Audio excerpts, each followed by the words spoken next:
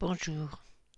On court après tout, après le temps, après le travail, après l'être aimé qu'on espère trouver, on court sans arrêt. Et s'arrêter, c'est comme si on disait une énormité. S'arrêter, se poser, c'est un interdit presque sociétal.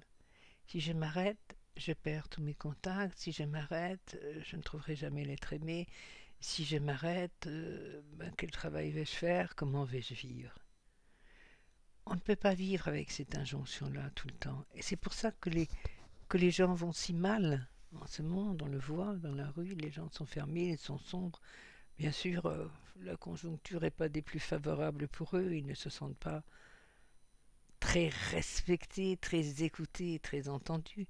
Mais en dehors de ça, il y a ce besoin parfois de juste faire une pause pour soi. Une pause pour se retrouver. Qui suis-je? Depuis ma naissance, on me dit qui je suis, on me montre qui je suis, que ce soit ma famille et ses attentes, que ce soit l'école, que ce soit le lycée, que ce soit le travail. Qui suis-je là-dedans, dans ce qu'on a façonné de moi? Alors à un moment, je m'arrête, je me pose, je me retire en quelque sorte du monde. Si je le peux, je prends une pause vacances, hein, même au fond de chez moi. Et si je le peux aussi, je fais un break. Euh, je décide que le monde extérieur, la course du monde extérieur, et même mes proches peuvent se passer de moi un temps. Parce qu'en fait, si je continue comme ça et que je craque, ils se passeront de moi de toute façon, parce que je ne serai plus en état d'agir et de faire pour eux. C'est ça qu'on doit comprendre. Et c'est ça qu'on doit prendre en compte, d'ailleurs. Euh, Se dire que, à un moment de notre vie, on se pose la question, qu'est-ce que je vais faire de cette vie? Comment va se passer mon futur et qu'est-ce que je serai le jour où je m'éteindrai? Est-ce que j'aurai eu l'impression d'avoir vécu en harmonie avec moi-même? Ou est-ce que j'aurai l'impression d'avoir une vie, oh oui, ça va, mais dans laquelle je ne me suis pas vraiment épanouie? C'est si important de s'épanouir, de devenir soi, d'être soi. Alors, si nécessaire, il faut faire une pause pour soi, une pause entre soi. Il faut cesser de répondre aux attentes des autres. Il faut cesser de courir dans sa tête aussi pour trouver un idéal de travail, pour trouver un idéal de compagnon, de compagne, pour trouver un idéal de lieu de vie et tout. Et stop, stop, stop, stop aux injonctions. Parce qu'on se donne les injonctions qu'on reçoit. On vit avec l'image qu'on nous impose de la vie. Et on ne se rend même pas compte. C'est tellement imprégné en nous. La société nous impose des choix. Euh, L'éducation nous impose des choix. Ce qui s'est passé depuis des siècles, la manière dont l'homme s'est modelé, nous impose des choix. Mais on peut refuser ces choix-là.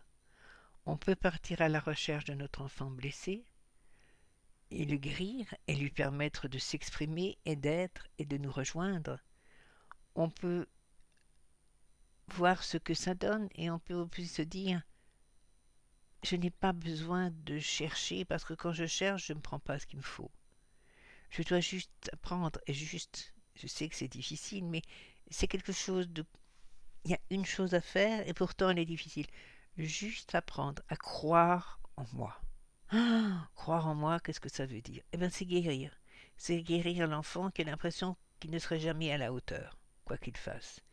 Et aussi gentils soient ses parents, ou aussi méchants soient ses parents. Et ça, il faut absolument en guérir. Et le seul qui peut vous en guérir, c'est vous l'adulte. Souvent avec un accompagnement, parce que c'est important d'être accompagné. On a un autre regard, on a un autre miroir, on a une autre vision, et ça aide beaucoup à revisiter nos pensées, nos croyances, nos schémas. Mais il faut absolument faire cette pause pour savoir qui je suis.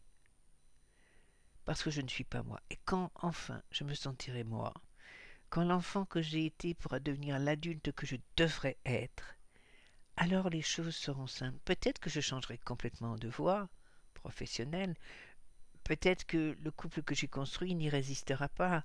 Et oui, c'est une possibilité aussi. Peut-être qu'il se renforcera. Oui, peut-être que je suis seule, mais là, je pourrais trouver la bonne personne. Celle qui me correspond, vraiment, celle avec laquelle je peux être en harmonie.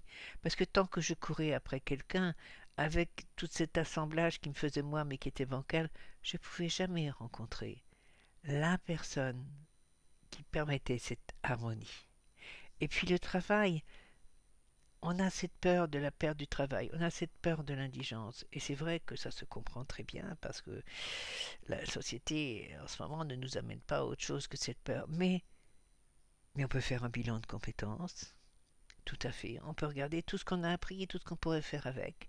C'est encore gratuit. Heureusement, l'État nous permet encore ça pour changer de voie. Et on peut changer de voie ou on peut changer d'entreprise aussi, parce que si on se reconnaît et si on se connaît et qu'on s'affirme en soi, eh ben on se rend compte souvent que le job qu'on avait, on pourrait faire mieux si on osait. Et là, on peut oser parce qu'on croit en soi. On a compris qu'on avait des possibles et des capacités. Et donc, forcément, on va améliorer sa vie. Et puis, on s'épanouit en soi. Et quand on est épanoui en soi, les obstacles n'en sont plus vraiment. Euh, les autres qui sont négatifs, on n'y fait plus attention et on ne reçoit plus tous ces coups que l'on recevait. Parce que qui suis-je? Qu'est-ce que je suis? Les autres ont raison, les autres me voient comme ça, les autres me jugent comme ça. Et parfois ils ne me jugent pas du tout. Mais je le pense, je crois toujours qu'on me voit comme inférieur et rarement égal, ou supérieur mais rarement égal. Et pourtant nous sommes tous ces gouttes d'eau de l'océan. L'apprendre, le comprendre, le devenir, faites une pause en vous. Si vous le pouvez, faites une pause loin du monde, loin des vôtres. Si vous ne le posez pas, faites la pause en vous quand même. Prévenez les vôtres, prévenez vos proches que là vous êtes en retrait parce que vous travaillez sur vous. Si ce n'est pas accepté, c'est que certainement vous êtes dans le mauvais environnement.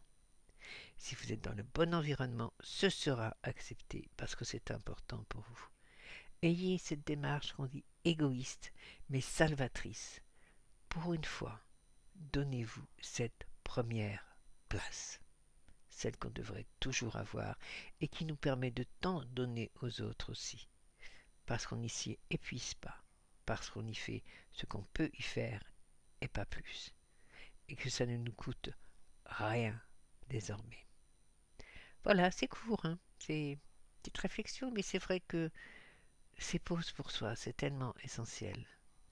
Qu'on soit fatigué, qu'on ait trop travaillé, et ça m'arrive aussi, au début, vous ne voyez pas pour ceux qui me connaissent, parce que j'avais besoin de cette pause, en dehors de tout, juste pour moi, et puis partir un peu parce que je le pouvais, et me ressourcer, et me retrouver, et repartir défatigué, apaisé, bien. Si vous avez besoin de moi, vous le savez, le mail s'affiche sur l'écran. Ça m'est transmis. On peut avoir une consultation, on peut entamer un travail ensemble si vous avez envie et j'en serai très heureuse parce que ça voudra dire que vous me faites confiance. Si vous avez une simple question, n'hésitez pas à l'envoyer et je vous répondrai bien volontiers. Je vous dis à bientôt. Prenez soin de vous et pensez à vous. Plein de lumière. Au revoir.